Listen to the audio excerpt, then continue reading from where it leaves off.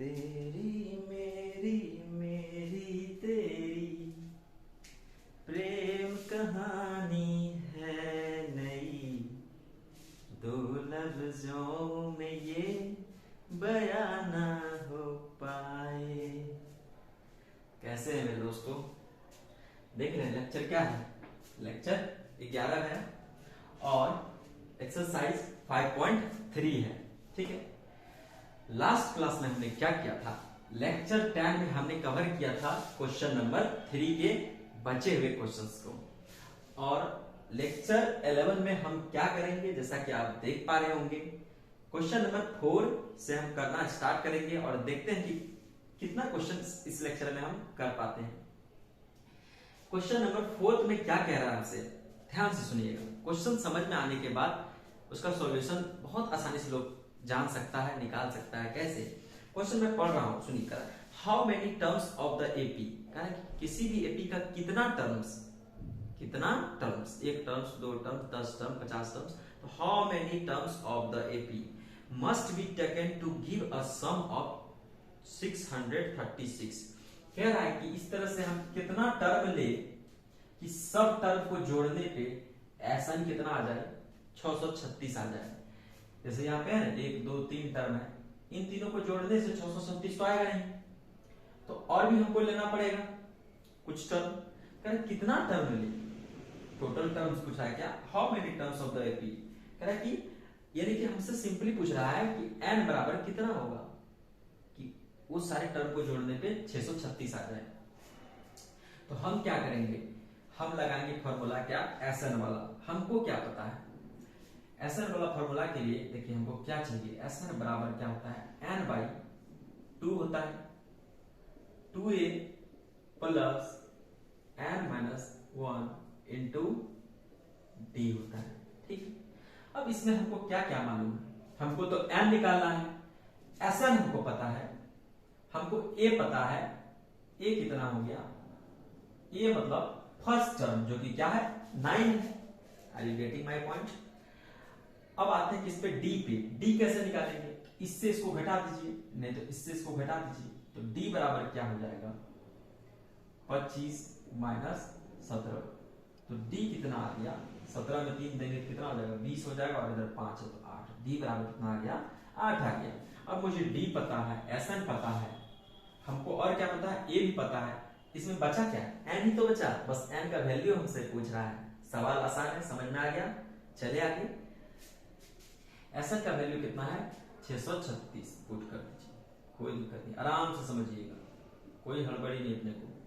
आप लोग को हड़बड़ी है, जाना है ससुराल, जाना है क्या? आराम से पढ़िए।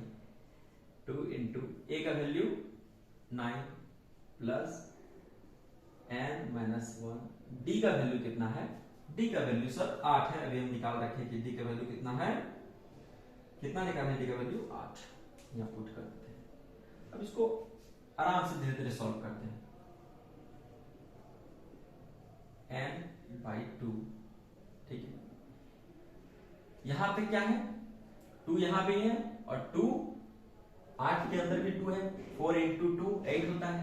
तो हम क्या किए, लगे हाथ 2 कॉमन ले लिए, तो यहां क्या बचा, 9 बचा, प्लस था तो प्लस, और यहां क्या बचा, यहां n-1 तो रहेगा ही, 4, यहां 8 में से 2 कॉमन ले लिए तो क्या बचेगा, यहां 4। ये क्वेश्चन मेरा सिंपल बन गया। हम यहां 2 कॉमन क्यों लिए, दिमाग में आता होगा ना कि सर इस वाले साथ 2 कॉमन क्यों लिए, ये 2 कॉमन क्यों लिए।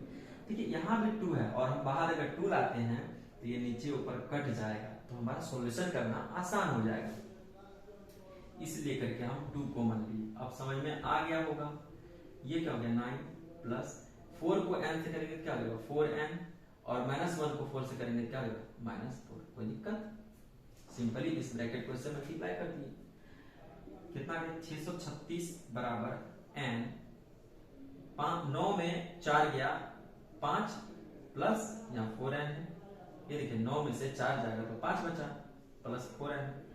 अब हमको इसको सॉल्व करना है, क्या करेंगे, सबसे पहले यहाँ ये लिख दीजिए, n को इससे मल्टीप्लाई करेंगे क्या जाएगा, 5n, प्लस 4n से n को मल्टीप्लाई करेंगे क्या जाएगा, 4n, n को 4n से मल्टीप्लाई करेंगे क्या जाएगा, 4n² हो जाएगा। जिसको स्लो लग रहा है वो क्या करेंगे, स्पीड बढ़ा लेंगे। जिसको फास्ट लग रहा है वो क्या करेंगे, स्पीड घटा लेंगे। स्पीड प्लेबैक का ऑप्शन होता है ना उसमें। अब इसको हम क्वाड्रेटिक के फॉर्म में ले जाते हैं, इसको भी उधर लेके चले जाते हैं, इसको एडजस्ट कर लेते हैं। इसको पहले लिख लेते हैं 4n², इसको बाद में 5n, और ये प्लस था तो इधर जाके क्या हो जाएगा, माइनस हो जाएगा। इधर क्या बचा, 0। आप बोलोगे सर ऐसे कैसे क्या किए हो, तो हम सिंपली क्या कर रहे हैं, क्वाड्रेटिक इक्वेशन बना रहे हैं। क्या बना रहे हैं हम, क्वाड्रेटिक इक्वेशन का फॉर्मूला। देखिए ax² है, ax² लग रहा है, ये देखिए bx लग रहा है, और ये क्या हो गया, c हो गया। इस टाइप से हमको करना होता है। इसको इसलिए किए क्योंकि इसको सॉल्व करना क्या हो जाएगा हमारे लिए आसान हो जाएगा, क्योंकि ये सिस्टमेटिक फॉर्म में आ चुका है। अब हमको किसका वैल्यू निकालना है, हमको n का वैल्यू निकालना है। तो आप n का वैल्यू जब आप पढ़ेंगे, क्या पढ़ेंगे, क्वाड्रेटिक इक्वेशन पढ़ेंगे, तो आपको इसको कैसे सॉल्व करते हैं, या फैक्टराइजेशन चैप्टर पढ़ेंगे तो आपको पता चलेगा कि इसको, इस वाले इक्वेशन को कैसे सॉल्व करते हैं। ध्यान से देखिएगा, यहाँ कर पाएंगे क्या, ट्राई करें, इधर ट्राई करते हैं, ठीक है। 4n² प्लस 5n माइनस 636 बराबर 0। देखिए ये बराबर 0 था तो लिख दिए सिंपली। अब हमको इसको इस तरह से तोड़ना है। अब क्या करना है हमको, क्या हम इस वाले इक्वेशन को ऐसे लिख सकते हैं क्या,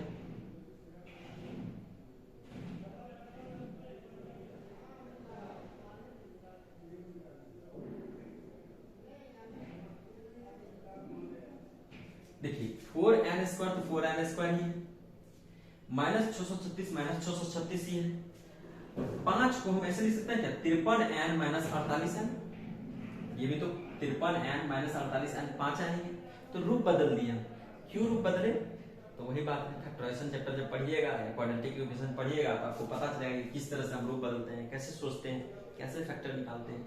अब इसमें क्या कॉमन है, इस वाले डब्बा और इस वाले डब्बा में, आप कहिएगा सर n कॉमन है, हम कहेंगे कोई बात नहीं, तो यहाँ क्या बचेगा, 4n बचेगा। इससे अगर n चला गया तो क्या बचेगा, 53 बचेगा। इसमें क्या कॉमन बताइए, इसमें कॉमन क्या ले सकते हैं हम, 12 का। देखिए अगर -12 कॉमन लेते हैं तो यहाँ क्या बचेगा, 12 चौका 48, 4n बचेगा। माइनस कॉमन ले चुके तो ये वाला क्वांटिटी अगर माइनस कॉमन ले तो क्या बचेगा, यहाँ पे प्लस हो जाएगा। आई होप कि आपको ये बातें समझ में आ जाएगी। अब इस वाले डब्बा और इस वाले डब्बा में क्या कॉमन है, तो आप कहोगे सर दोनों डब्बा में ये कॉमन है, तो ये हम रख लिया। बचा हुआ चीज को अलग डब्बा में रख देते हैं, क्या बचा, n, यहाँ क्या बचा, -12 बराबर 0। अब कह रहा है दिस इंटू दिस बराबर 0, इसका मतलब क्या हो सकता है, या तो ये 0 हो या तो ये 0, नहीं तो ऐसा हो सकता है कि ये भी 0 हो और ये भी 0 हो। कैसे, जैसे देखिए 2 इंटू 0, 0 इंटू 2 0, अब 2 इंटू 0 0, ऐसा भी हो सकता है कि 0 इंटू 0 बराबर 0। कहने मतलब या तो ये 0 हो या तो ये 0 हो या तो दोनों 0 हो, ठीक है। ये 3 केसेस बन सकते हैं ना। आई होप क्या समझ में आपको आ रहा होगा। तो हम क्या करते हैं कि इसको 0 कर देते हैं और इसको भी 0 कर देते हैं। तो 4n प्लस 53 बराबर 0 करेंगे, n कितना आ जाएगा, 4n बराबर क्या आ जाएगा, ये -53 हो जाएगा, ये उधर जाएगा तो क्या हो जाएगा, प्लस से माइनस हो जाएगा। n बराबर क्या हो जाएगा, -53/4 हो गया। तो यहाँ पे देखेंगे n हमको क्या पता है, n क्या नंबर ऑफ टर्म्स है। और आखिर बताइए नंबर ऑफ टर्म्स कभी निगेटिव हो सकता है, कि कोई नंबर ऑफ टर्म्स है ही नहीं, माइनस में है, 0 रहेगा तो समझ में आएगा चलो कोई टर्म नहीं है, ये माइनस में है, हो सकता है क्या, माइनस में है, उसके फ्रैक्शन में भी है। तो नंबर ऑफ टर्म्स कभी भी, n क्या है, नंबर ऑफ टर्म्स कभी भी फ्रैक्शन में नहीं हो सकता है। किसमें नहीं हो सकता है, कल भी बताए थे, नहीं देखे वीडियो तो जाके देखिए। और किसमें नहीं हो सकता है, ये निगेटिव नहीं हो सकता है। क्या नहीं हो सकता है, निगेटिव नहीं हो सकता है। अब दूसरा वाला देखिए, ये वाला चांस तो खत्म ही हो गया n का वैल्यू। अब हम n-12 को जब 0 करेंगे n कितना आ गया, n बराबर 12 आ गया। नंबर ऑफ टर्म्स 12 हो सकते हैं, हमें इस बात से कोई तकलीफ नहीं, 12 हो सकते हैं, 13 हो सकते हैं, तो इंटीजर हो सकते हैं, कोई दिक्कत नहीं है। कैसा इंटीजर, निगेटिव इंटीजर नहीं चलेगा, पॉजिटिव होना चाहिए, नेगेटिव नहीं होना चाहिए, फ्रैक्शन नहीं होना चाहिए, पॉजिटिव रहेगा या जीरो रहेगा तो it's okay. Number of terms zero भी हो सकता है किसी एपी का। तो यहाँ पे हमको क्या पूछा था क्वेश्चन, n का वैल्यू पूछा था और n का वैल्यू क्या हो जाएगा, n बराबर 12। कहने का मतलब ये हुआ कि इस तरह से कुल मिला के 12 टर्म्स लेंगे और उन 12 टर्म्स को जब हम जोड़ेंगे तो कितना आएगा, 636 आएगा। दोस्तों मजा आ रहा है क्या, समझ में आ रहा है? किसी तरह का सजेशन हो आप बता सकते हो, मुझे बताइए दोस्तों, कमेंट बॉक्स में बता सकते हैं आप। तो क्वेश्चन नंबर 5 देखिएगा। क्वेश्चन नंबर 5 में पढ़ के सुनाता हूँ, काफी आसान है, सुनिएगा। कह रहा था first term of an AP is 5। पहला टर्म 5 कहा तो हम लिख लिए a बराबर 5। फिर कह रहा है लास्ट टर्म इज 45, तो लास्ट टर्म क्या लिखिए, 45 लिखिए। अब कह रहा है सम कितना है, कह रहा है सम है 400, तो 400 लिख लिए। हमसे पूछा है कि find the number of terms, यानी n पूछा है, और हमसे पूछा है कि कॉमन डिफरेंस बताइए, यानी कि d पूछा है। अब हम क्या करें, हम तो है नादान बच्चा, हमको क्या पता है, SN का फॉर्मूला पता है, सर बता रखे हैं। SN बराबर क्या होता है, n/2 a प्लस l होता है। हमको क्या पता है SN, तो हम वैल्यू पुट कर देंगे। n पता नहीं है, छोड़ देंगे। क्या पता, a 5 और l 45। अब क्या करें, कुछ नहीं सर, क्या करना है, इन दोनों को जोड़ दीजिए, कितना हो जाएगा, 50 हो जाएगा।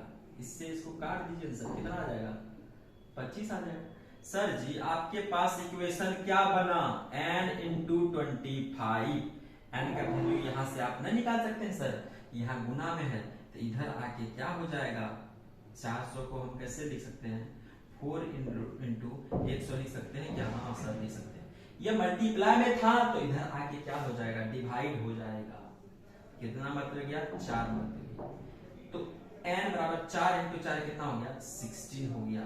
तो हमको क्या पता चल चुका है, हमको n का वैल्यू पता चल चुका है। अब हमको किसका वैल्यू निकालना है रे बाबा, हमको निकालना है अब हमको d। तो हम कौन सा फॉर्मूला यूज करते हैं, nth फॉर्मूला कर देते हैं। कौन सा, nth। इसी l को हम ये भी कह सकते हैं क्या, an कह सकते हैं। और n का फॉर्मूला जैसे लगाएंगे, a plus n minus 1 into D. an पता है क्या, हाँ सर 45 है। a पता है कि हाँ सर 5 है, प्लस n पता है क्या, हाँ सर n बराबर कितना है, 16 है। लिखिए सर 16 और माइनस 1 इंटू डी। बचा क्या, डी ही तो है, सॉल्व कर देते हैं। ये इधर प्लस है तो इधर आके माइनस हो जाएगा, और यहाँ क्या हो जाएगा 15, ये 15 हो जाएगा, 16 में से 1 गया तो 15 होगा ना, इंटू डी। ठीक है, ये क्या बच गया 40 बराबर 15 इंटू डी।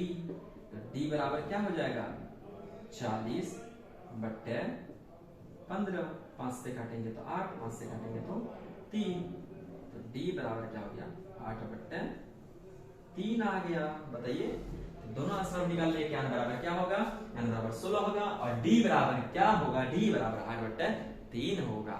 आई होप कि आप लोगों को समझ में आ रहा है। अब चलते हैं कहां, क्वेश्चन नंबर 6 पे। क्वेश्चन नंबर 6 जो आप देख पा रहे हैं ये काफी आसान है।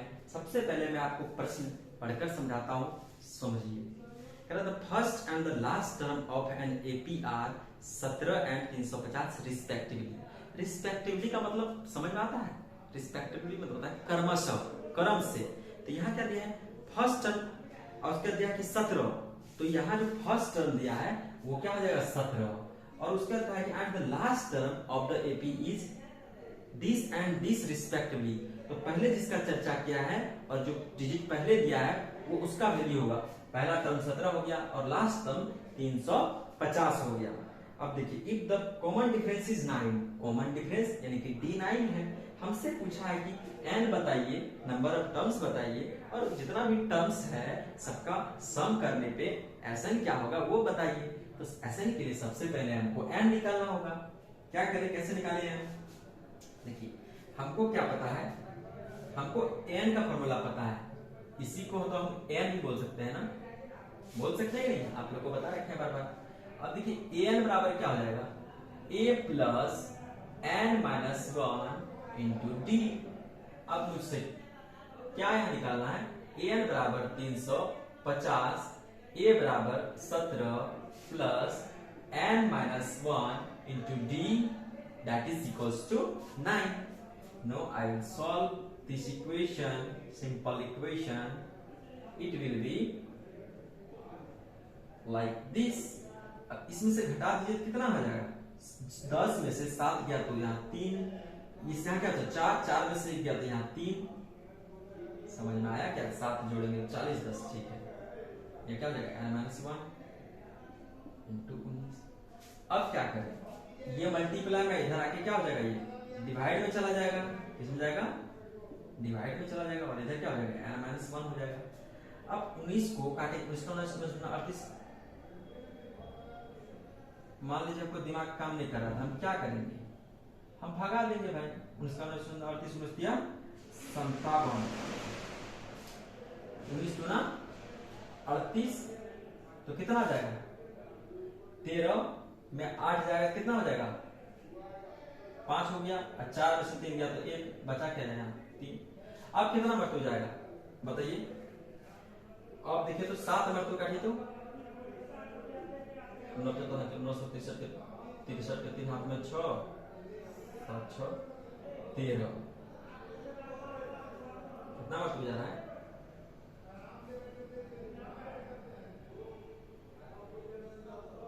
333। अच्छा गलती हमसे ये हो गया, देखिए क्या गलती हो गया, यहाँ 533 लिख दिए, यहाँ पे 333 ना होगा।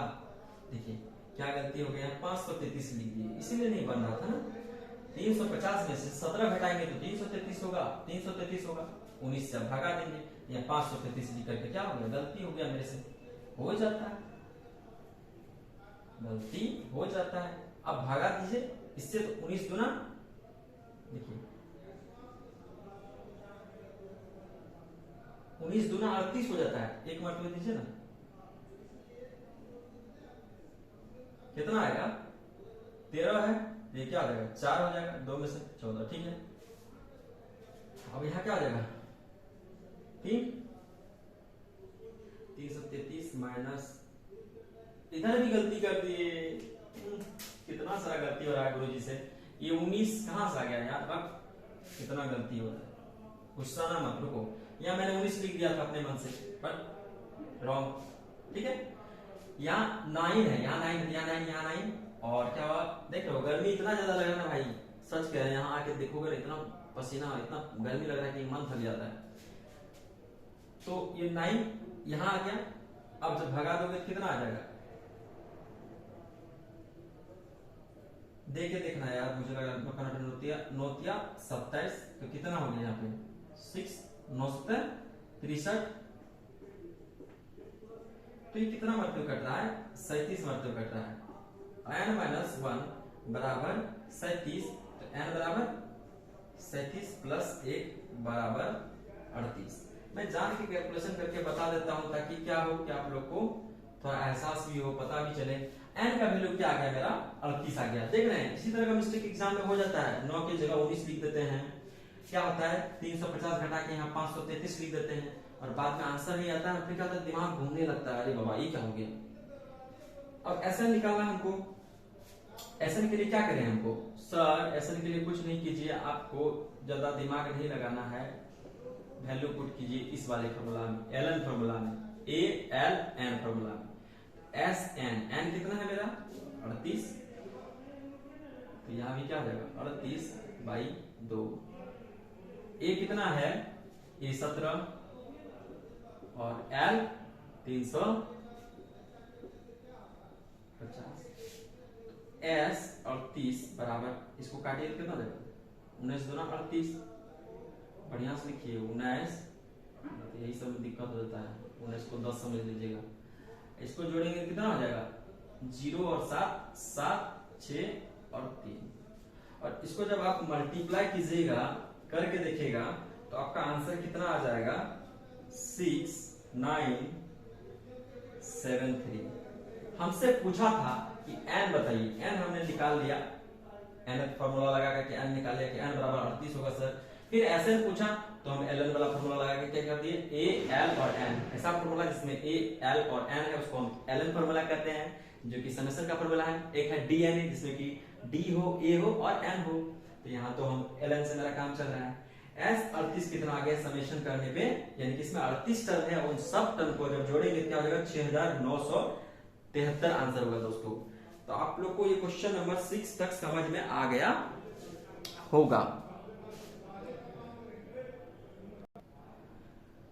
लेक्चर का लेंथ ज्यादा बड़ा ना करते हुए दोस्तों मैं आप सबसे अलविदा चाहूंगा और ये कहना चाहूंगा आप सबको कि आप सब इतना सारा प्यार देते हैं, सपोर्ट करते हैं, इसके लिए मेरे अंदर एनर्जी बनी रहती है। इस चीज के लिए आप सबों का मैं सदा आभारी रहूंगा। मेरे साथ बने रहने के लिए बाय, और बचे हुए क्वेश्चंस हम करेंगे नेक्स्ट लेक्चर में।